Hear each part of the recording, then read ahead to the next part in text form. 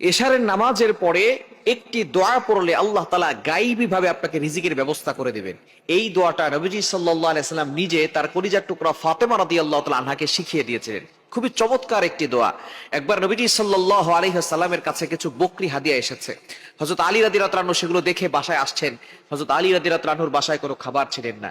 তিনি বললেন ফাতেমা রাদিয়াল্লাহু তাআলা আনহাকে যে তোমার বাবার কাছে অনেক বকরি হাদিয়া এসেছে, তুমি যাও নবীজি সাল্লাল্লাহু আলাইহি সাল্লামের কাছে তুমি গিয়ে চাও আমাদেরকে কিছু যাতে করে বকরি দিয়ে দেয়, আমরা যাতে করে সেখান থেকে কিছু খাবার আহরণ করতে পারি।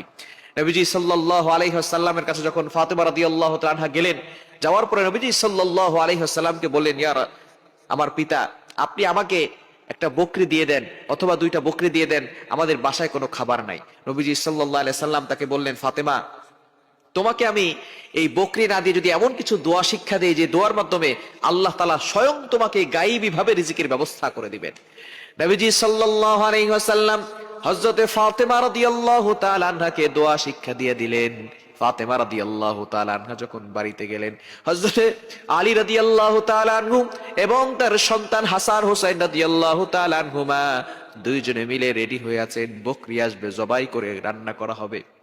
দেখলেন ফাতেমা রাদিয়াল্লাহু তাআলা আনহা খালি হাতে চলে এসেছে। হযরতে আলী রাদিয়াল্লাহু তাআলা আনহু বলেন, ফাতেমা, তুমি কি বকরি আর পাও নাই? সবকিছু কি হাদিয়া দেওয়া হয়ে গেছে? ফাতেমা রাদিয়াল্লাহু তাআলা আনহা বললেন, না না, আমার বাবা আমাকে এমন একটা দোয়া শিক্ষা দিয়েছেন যে দোয়ার মাধ্যমে আল্লাহ তাআলা গায়বী ভাবে রিজিকের ব্যবস্থা করে দিবেন। হযরতে আলী রাদিয়াল্লাহু তাআলা আনহু বললেন, তাহলে তো এটাই উত্তম হবে। তখন ফাতেমা রাদিয়াল্লাহু তাআলা আনহু এই দোয়াটা নিজেও পড়লেন, স্বামীকেও পড়ালেন, সন্তানদেরকেও পড়ালেন, সাথে সাথে আল্লাহ তাআলা গায়বী ভাবে রিজিকের ব্যবস্থা করে দিলেন। দোয়াটি হচ্ছে, আল্লাহুম্মা ইয়া আউওয়ালাল আউওয়ালিন ইয়া আখিরাল আখিরিন ইয়া যাল কুওয়াতিল মাতিন ইয়া রহিমাল মাসাকিন ইয়া আরহামার রাহিমিন। এই দোয়াটা আমরা অনেকেই জানি, অপরিচিত না, পরিচিত একটি দোয়া। আল্লাহুম্মা ইয়া আউওয়ালাল আউওয়ালিন ইয়া আখিরাল আখিরিন ইয়া যাল কুওয়াতিল মাতিন ইয়া রহিমাল মাসাকিন ইয়া আরহামার রাহিমিন। এই দোয়াটা আপনি বেশি বেশি পড়বেন এশারের নামাজের পর। এশারের নামাজের পর যদি আপনি এই দোয়াটা বেশি বেশি পড়তে পারেন, আল্লাহ পাক রব্বুল আলামিন গায়বী ভাবে আপনার জন্য রিজিকের ব্যবস্থা করে দিবেন। মনে রাখবেন,